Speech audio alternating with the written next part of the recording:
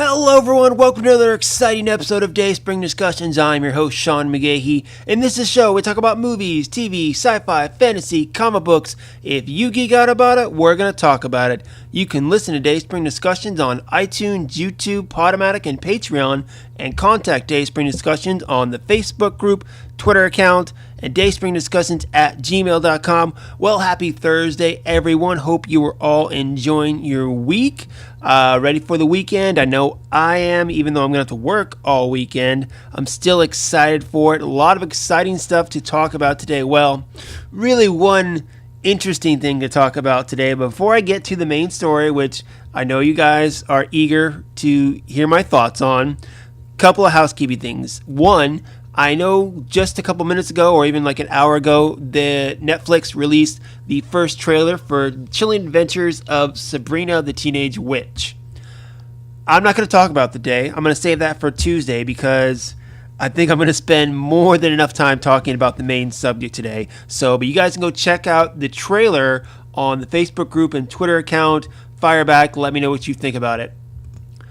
The other thing I want to talk about briefly is Saturday is the launch of the DC Universe streaming service. It's also Batman Day, so I think they coordinated with that a little bit, given the fact that you're going to get Batman the Animated Series, high resolution on the service, as well as Batman comics and other stuff. Kind of a big day for DC. But I was on Twitter last night, and on the Young Justice Wiki page, somebody said that the site is actually already up. So I went and checked it out, and they're right. The DC Universe page is actually up. So I went, signed in, and checked it all out. I just want to go through a couple things briefly. So first off, I have a Samsung phone, and I was able to download the DC Universe app. I tried to do it on my Fire Stick on my TV. It did not have the app. Neither did my tablet, which was Amazon as well. A little disappointed because I think it's going to be cool to watch stuff on my TV, especially the comic books, panel by panel on a big screen TV. I'm hoping maybe, the fact that they didn't say it's going to launch until Saturday maybe means they're still going to put an app up there in regards to Amazon. I hope they do. Otherwise, there are other ways to watch it. I can watch it through my computer or my tablet, just through my internet browser, and of course, like I said, I get the app on my phone, but I'm hoping I can still get it on my Amazon products as well. So I'm on the website, and I kind of was checking it out here. Cool thing is, they have the Death of Superman already up there, the newest animated film from DC. That's up, as well as a lot of other stuff. I also checked out a comic book, Young Justice, kind of just flipped through it just to see what it's like. They have like an autoplay where every couple seconds it goes panel to panel. Not a big fan of it, but you can still go panel to panel, and that's pretty cool. I'm hoping, I haven't explored this website fully yet, but I'm hoping one thing I like about Netflix and Amazon is I can take a movie or a TV show and download stuff onto my device, in which case I can watch it without having an internet or Wi-Fi connection, which a lot of places now do have a Wi-Fi connection, so chances are I'm going to be able to use that to watch it, but it's always nice to know that I don't have to rely on it, and if I'm on an airplane, I can watch a movie. So I don't know if that's a feature. If it's not, it needs to be, but I'm going to check that out later. I just want to go through a couple things real quick just to let you know what I found on the streaming service. So starting off with the movies and TV, like I said, The Death of Superman, the newest animated film, is on there. You got all the Christopher Reeves Superman films, all four of those are on there. Animated Wonder Woman movie, Batman Mask of the Phantasm, one of the best Batman movies, is on there, guys. If you haven't seen it, check it out. A lot of the animated stuff. I like they got the Son of Batman, Batman versus Robin, and Batman Bad Blood on there. Those are all really good stuff, so if you haven't watched those, I highly recommend checking those out, as well as a bunch of TV shows. So you have Batman the Animated Series, like I said, but then you've also got Superman the Animated Series, Justice League, Birds of Prey, The Adventures of Superboy. What else we got here? Did I say Flash 1992? And of course Young Justice, which we're getting the third season here. Hopefully in a couple months that's going to come out. You got comics galore. You can read a bunch of DC Comics, their single issues. I'm sure they're going to add more to it, but that's really cool. You go back as far as Action Comics #1 and read that. And then they have kind of an encyclopedia of stuff. If you want to look up information on, say, Batman, you type it in, and that you can learn all about Batman. There's community stuff. There's the shop. I went online. They had a couple of cool things. They got Justice League figures. They got some cool T-shirts. So I just briefly looked through it all. I'm looking forward to looking through more of it. So if you guys have a subscription, you can go and log on and do that. I'm sure if you have Apple products, you'll probably be able to download the app no matter what. I'm not a big Apple fan, to be honest, so maybe that's a little bit of an Achilles heel for me, but that's okay. I can watch it still, and I'm looking forward to enjoying this and exploring it more this weekend. All right, guys, let's do this. Let's get to the main event. So I feel like a lot to say on this subject. So what I'm going to do, I'm going to present you with all the facts or all the stories in regards to this, and then I'm going to kind of go through it bit by bit and my opinion on certain aspects of it. So, yesterday morning, the Hollywood Reporter came out saying that Henry Cavill will no longer play Superman in the Warner Brothers DC Cinematic Universe. It's known as DCEU. They want to be called DC or Worlds of DC. I don't know. Anyway, the cinematic universe, he's no longer going to be playing the character, according to Hollywood Reporter. So this has come from multiple sources, they said. And then, about maybe a couple hours later, Cavill's rep went on Twitter and said, "Be peaceful, the cape is still in the closet.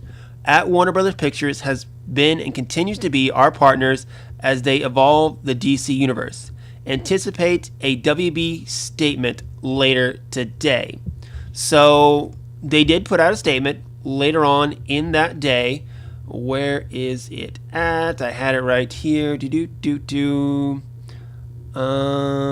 we go. Okay, so WB's statement was, "We have a great relationship and great respect for Henry Cavill that continues to remain unchanged.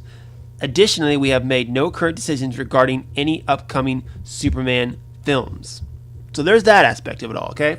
So then later on, Henry Cavill himself jumps on Instagram and posts a video. In the video, he's wearing a Krypton lifting team shirt, which I thought was funny. But it's very cryptic because he's sitting there, he's playing some music, he lifts up a Superman action figure and then puts it down. And all the caption says is, "Today was exciting, #Superman." Doesn't give us anything as far as, again, whether it's true or not. And then there's the other story, or the other part of this, is that according to Deadline, they're saying that Warner Brothers is looking at Michael B. Jordan to replace Henry Cavill as Superman. This is all nuts, okay? It's totally nuts. It's just, okay. I was enthralled in this all day long. I went and got home yesterday, and I was listening to my favorite film commentators, John Campea, and also Christian Harloff and the team over there, Collider, hear what they had to say about it. I knew I was going to talk about this today. I'm glad I waited a little while to try to collect a little bit more thoughts on the subject matter, but I want to break it down. I'm probably going to talk a lot about this, probably go over my regular time. So after I'm done, you guys fire back on the social media groups and, of course, the email account or Gmail account, and let me know what you think. So here's kind of the breakdown or the story that I'm piecing together, or what I formulate, is in the Warner Brothers DC Cinematic Universe, Henry Cavill, when he initially signed on to play Superman, he signed on for several films, and he has one film left in his contract. So his reps, Warner Brothers, sat down, and they were looking to possibly extend his contract, okay, knowing that he had one film left. And Warner Brothers wanted him to make an appearance in the upcoming Shazam film starring Zachary Levi. In the comics, Billy Batson, otherwise known as Shazam, looks up to Superman quite a bit. And I can see if Superman made an appearance, I see how that would work in the film. But scheduling conflicts came into play, and he wasn't able to do it. But also, there's a money issue, is that Henry Cavill has said that he wants more money to extend the contract, and he wants some producing credits for upcoming films. Now, on Warner Brothers' side, they're not actually looking to make a Superman movie anytime soon. Like, as far as we know as the audience, they don't have a Man of Steel 2 on the plans. They don't have a Justice League 2. They're focused on, allegedly, the standalone Joker film with Joaquin Phoenix, Birds of Prey, and then there's this word coming out, they want to do a Supergirl film. Instead of a Batman film, they want to come out and do a Supergirl film. It's kind of what they want to focus on. Now, add in the opinion that some people think that after Wonder Woman 1984, they're going to reboot this whole DC cinematic universe. Walter Hamada came in several months ago, and Aquaman was already in production, Shazam was already in production, and then, of course, you had Wonder Woman 1984, which was in pre-production. Probably he just said, okay, we've already spent money on these things, let's just do it. Wonder Woman isn't that far along, but Wonder Woman is a popular property that's going to make us money. Okay, let's just finish it out and then cut it off and then start over. That would make sense, especially as well as the Ben Affleck story that Matt Reeves has been working on the Batman script forever, and he still hasn't turned anything in. But word has it, he doesn't want Ben Affleck as Batman. He's going to go a different way with it. Affleck also has one movie left in his contract. He's got other things he has to work out personally, so I don't think he's going to be in it. So you've lost your Batman and your Superman. These are the two most iconic superheroes on the planet. And you're messing around with a standalone Joker film, Batgirl, Supergirl, whatever the hell you're thinking about. What the F? Okay? After Justice League, everyone agreed, no matter what you thought about the film, Superman was great. Not the way he looked with the, the horrible covering up of the mustache. I don't want to get into that. I might get into it. I don't know. But the character, when I walked out of Justice League, I was like, yes. Out of all the other films I've seen Henry Cavill as Superman, that felt like actual Superman. The Superman that I've been reading since I was a child in the comics, that felt like Superman. And I like Henry Cavill's Superman. I didn't like Man of Steel. There are parts of it I did like. Like when Man of Steel came out, I did my blog, and I said 5 things I didn't like and 5 things I did like. One of the things I did like is Henry Cavill as Superman. I think he's a great Superman. I don't want to see him go. But really, what this story all comes down to is just another example of what a shit show Warner Brothers has over there in regards to their DC property. The problem, which is many problems over there, is they're very reactionary, okay? You had Man of Steel, right? And while it made money, people's opinion of it wasn't high. It was kind of split as far as people that liked it and people that didn't. So what do they do in the next film? Instead of giving Superman a true sequel where you can expand on the characters, because even though I didn't like Man of Steel, I thought there were some good things you could expand upon with the character. Again, I like Cavill as Superman. I liked Amy Adams as Lois Lane. There are things you can expand on beyond that. But they got scared and brought in Batman. No, they didn't get scared. They are in a hurry to try to, quote, catch up to Marvel. And that's the wrong way to do things. You don't have to catch up, okay? They say it's not a race, okay? It's not. But they didn't take the time to establish their most important character, Superman. You could say it's Batman as well, but even then, they didn't have time or take the care to establish him either. Now, I didn't like Batman v Superman. I thought the theatrical cut was a total crap show.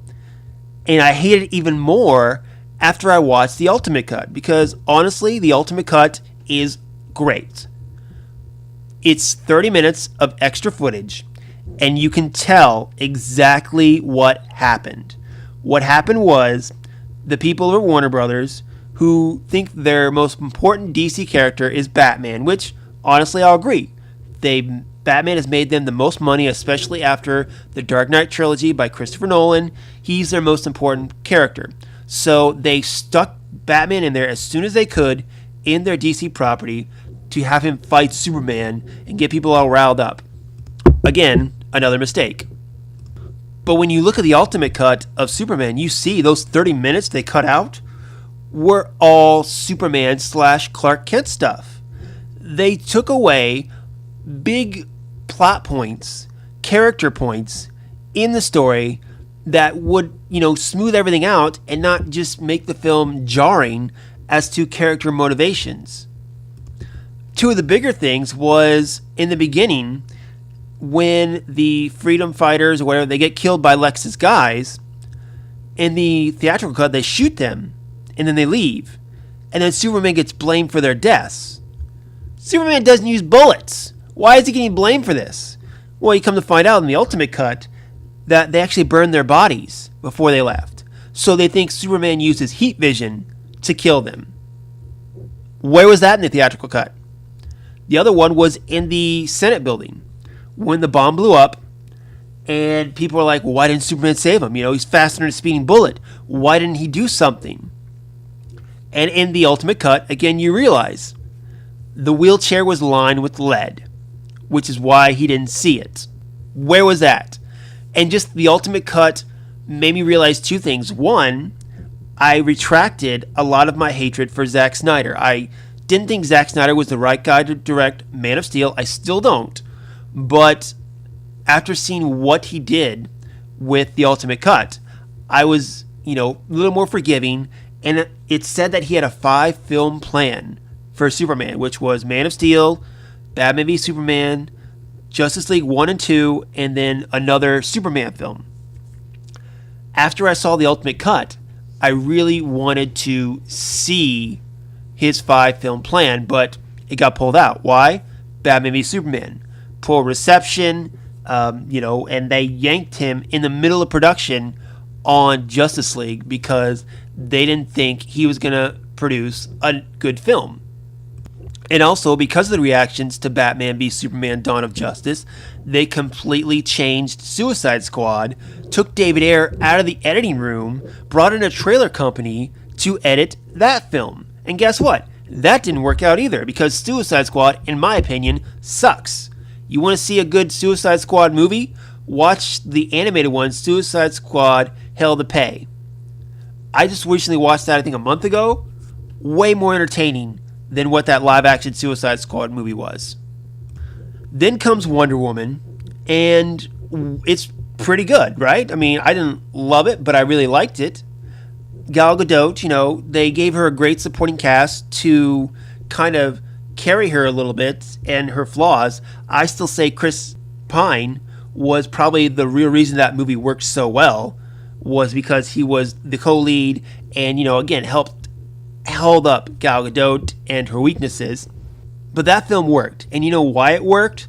Because from what we hear, Patty Jenkins did not let the studio interfere, okay? The studio allegedly wanted to take out the No Man Land scene. That's the best scene in the whole goddamn film, okay? And they wanted to take it out. That gives you some idea of what their reasoning is or what they're thinking over there. They're not. Then we get to Justice League, where they pulled Zack Snyder out, put Joss Whedon in, and I love Joss Whedon, but obviously they pulled Joss Whedon in because they wanted to make it more Avengers-like, which I love the Avengers. I love Joss Whedon. I trusted Joss Whedon. The film, while I think it was, somewhat enjoyable, I didn't love it. I don't own it on Blu-ray, but, it wasn't bad. I saw it twice in theaters, and, I thought it was a fun little film, but nowhere near the film it should have been. Nowhere near. And it was the lowest grossing film out of all the DC Cinematic Universe films, so that just goes to show you exactly just how messed up their plans are, or if they had a plan for all this. If they were doing it by the fly, there's no leadership, there's no Kevin Feige.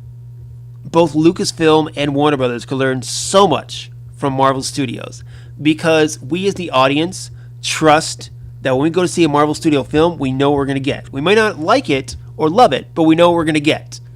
And for the most part, it's pretty fun. It's an enjoyable time. But one thing I say is that with Kevin Feige having that leadership, he gives you that direction. Because we knew from the minute we saw the end of Iron Man with Nick Fury, we were building towards the Avengers. We got Hulk, Thor, Captain America, and then we got the Avengers movie, everything that those films have been building towards. Then at the end of Avengers, we got the Thanos appearance. And anyone who knows comics knows Thanos' most infamous storyline is the Infinity Gauntlet. So once they started showing Infinity Gems, we knew they were leading to that. Now we're at there. We had Infinity War. Kevin Feige, I know, is going to point us in another direction, whether it be in Avengers 4 or Spider-Man Far From Home. He's got another big plan, and he's going to point us in that direction so we know where we're going. What were we building towards in Justice League? We were building towards what? Justice League? But if we're building towards Justice League, why would you make a Suicide Squad movie that has nothing to do with Justice League? Sure, you can say, oh, they did Guardians of the Galaxy, which has nothing to do with the Avengers, but Guardians are part of the Infinity War, with Thanos and the connection to Gamora, all that. That fit in there. That was a piece of the puzzle. Ant-Man, he's going to be a piece of the puzzle come Avengers 4. It helps sort this whole mess out. We kind of learned that from Ant-Man and the Wasp. There's direction. We know what we're going towards with that. Warner Brothers has no idea. They have no idea. And studio heads are business people. I get that. They're there to make money. Studios are a business. I get it. But those business people need to put the right creative people in charge and let them be creative. Get the best storytellers and let them do their thing. They should have let Zack Snyder finish out what he wanted. They should have let him finish Justice League. But they were so reactionary to Batman v Superman. Look, Iron Man, Thor, Captain America, the First Avenger. Were those like billion-dollar films right off the bat? No, you had to build up to them. And that's what Warner Brothers didn't want. They wanted Marvel Studios money instantaneously. They wanted every film to hit $1 billion or close to it. They wanted that. You can't have that right away. They were such a hurry to do what Marvel Studios was doing at that time. They didn't want to earn it. They didn't want to earn the audience's trust and money. They wanted it right off the bat. And they didn't earn it. They completely destroyed it, is what they did. Okay, let me circle back to Cavill because I think I've gotten off a little bit on the whole point of all of this. Okay, let's start off with the initial statement. Hollywood Reporter, credible source. Okay, that's fine. They're saying Henry Cavill is, not coming back because negotiations aren't going well. That's not to say, especially after yesterday's big social media boom about this story, they might be like, okay, well, maybe let's go back, bring Henry back in, and maybe let's try to work something out. Maybe they might do that. But from what we know as of right now, both sides want something different, and it might not happen. But also, again, for all we know, they could reboot. Things are possible. But all we know right now is that talks have broken down, and Henry is not looking like he's going to be Superman in the foreseeable future. That's what it said. And then you have, Warner Brothers coming out, be like, we have a great relationship with Henry, and that continues to remain unchanged. They're not saying, no, the Hollywood Reporter's wrong. They're not saying, oh, no, that's false, Henry's still Superman, whatever. They're basically skirting around the issue. And you know what? If it was false, they just say it's false, in my opinion. If something is, not true, you just say, no, that's not true. But a statement like this gives me the idea that maybe it is true. And I can see both sides to it. When Henry started as Superman, he wasn't that well known of an actor. through Superman and also other films, he's become a bigger name. So clearly he wants more money, and as a producer, he wants more control, which, given the fact how he's seen how the studio handles the DC properties and the Superman character, I can see why he would want more control. But it's understandable. Now, from Warner Brothers' side, they don't see a point in paying him probably the money he wants to be paid, because movies with Superman in them haven't done as well as they want. You know, Man of Steel, Batman v Superman Dawn of Justice, Justice League. These movies have not made the money the studio have wanted. So when Cavill comes in and says he wants this amount of money, Warner Brothers thinks it's too high of a price to pay, because the previous films he's been in haven't met expectations. So I get that side of it too. And I don't think this is a Robert Downey Jr. scenario with Marvel where after his initial contract was up, he asked for a buttload of money to continue being Iron Man through Avengers 4. And it really was almost like, you know, holding Marvel Studios hostage, in my opinion. I don't think this is it. This is just Cavill wanting more money, wanting what he feels is owed to him, and also, again, as a producer, maybe trying to take control a little bit more of the character and what direction it goes, because probably like the rest of us, is unsatisfied what they've done so far. Now, on the other side of this, the whole Michael B. Jordan thing. Now, Jordan just announced a new program to increase diversity and inclusion with Warner Brothers, both in front of the camera and behind the camera. And the initiative has been established as a partnership and will apply to all productions going forward, beginning with Jordan's film Just Mercy. So Jordan has a relationship with Warner Brothers now, and I can see how that's starting where, hey, he's a hot actor right now. Let's put him in this. And one thing I know, this might ruffle some feathers, but I'm going to just say it and take it what you will. They're looking at Birds of Prey. They're looking at Supergirl. They're looking at, changing up the ethnicity of Superman. If you want to do these things because you have a good story, that's great. But you can't do these things just because you're trying to grab the diverse market that you feel hasn't been touched upon yet. Films like Black Panther. No one can deny the success of Black Panther had a lot to do with the fact that it was an African American cast with an African American director, and that piqued people's interest more than the normal Marvel Studio films.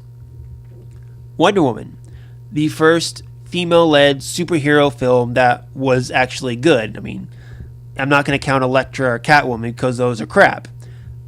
That's why that one was so successful as well. You can say, oh, these are successful because, they're different, they're diverse, and partially that is, but the main reason they worked so well is because they were good. They were good stories with good actors in them and good productions. It's not just because it was, a woman in the role or a black man in the role. These were good movies, okay? And you always have to put your story first. So, in regards to Michael B. Jordan, if they have a good Superman script and they want to cast a good actor like Michael B. Jordan for it, that's great. I like Michael B. Jordan. Being black or white has nothing to do or has never been important to the Superman mythology. Superman comes from Krypton. He's an alien. He crashes on the farm, gets raised by the Kents, and then moves to Metropolis and becomes Superman, okay? Nothing about that storyline says he has to be black, white, Asian, whatever. So I don't care if Michael B. Jordan is Superman. I know a group of people who might have a problem with it, but I don't. He's a good actor. I trust that if he takes the role, he's going to do a good job of it. But don't make a Superman movie around him. Make a good story that has nothing to do with the ethnicity of the character, and then bring him in. That's what I have to say about that. Okay, guys, I have hit the 30-minute mark with today's show, so I feel like I should call it quits. But before I do, I just want to sum up kind of my feelings that has been this rambling before, is that it's not the fact that Henry Cavill might not be Superman. It's that this is one of many strings of flubs by Warner Brothers that makes us as the audience realize they have no direction with their DC properties. Just one of many, whether it be, dropping directors, rewriting scripts, changing out movie lineups. It's a rotating door on all these things, and it's just mistake after mistake after. It makes us lose confidence. There's a reason Justice League was the lowest making film of all those films, because by that point there had been so many flubs and so many bad stories that the audience has lost confidence in him. And this is something where Henry Cavill, everyone universally for the most part agrees, he's a great Superman, and feel like he's only just begun and hasn't been given a fair chance as to play the character. To drop something that, people see as a positive, it's not good. It's not good at all. After Justice League, I was of the mindset that they could still continue on and salvage this whole thing. But if you lose your Ben Affleck, your Batman, you lose your Henry Cavill, your Superman, you can't just recast that. I think they're going to reboot. Walter Hamada, he came on when Aquaman, Shazam, and Wonder Woman 84 were already in production. I can see after Wonder Woman 84, they're just going to reboot. And maybe that's the smartest play at this point, move on from there. But they have got to have some direction over there. Whether Walter Hamada is the one who is, going to be the Kevin Feige and have the direction to do that, I don't know. We'll wait and see, obviously. But this also doesn't bode well for Aquaman, because the trailer for Aquaman was decent. I want Aquaman to be good. I want Shazam to be good. And the trailers, I thought, looked good. But again, this is changing the narrative where we should be talking about how great the trailer is to, oh, well, Aquaman, he's part of that DC cinematic universe that, they just dropped their Superman and, they don't know what they're doing over there. So why should I go see this movie when it's going to look like probably going to be crap? It's not the narrative you want to play. And it's sad that it's happening, because, again, I want Aquaman to do well. I think the DC cinematic universe can salvage this, but after these flub after flubs, I'm almost voting for a reboot at this point. So, all right, guys, that is it. Time for you to fire back. Let me know what you think about this whole situation. I could talk some more about this, and I still do want to talk more about this. So you guys hit me up on dayspringdiscussions@gmail.com. Of course, the Facebook group and Twitter account, you can find me there. And that's what I'm going to do. I'm going to put up a poll today. After losing Henry Cavill as Superman and pretty much losing Ben Affleck as Batman, after Wonder Woman 84, do you think they should reboot? Do you think they should wipe it clean and start fresh? That's going to be the Facebook poll, guys. So jump on the Facebook group and share your opinion on that. That is it for me today, guys. That is it for this week. This weekend, Predator's coming out. I am planning on seeing it this weekend. I will be back on Tuesday with my thoughts on that, as well as I'm going to go through that Sabrina Teenage Witch trailer.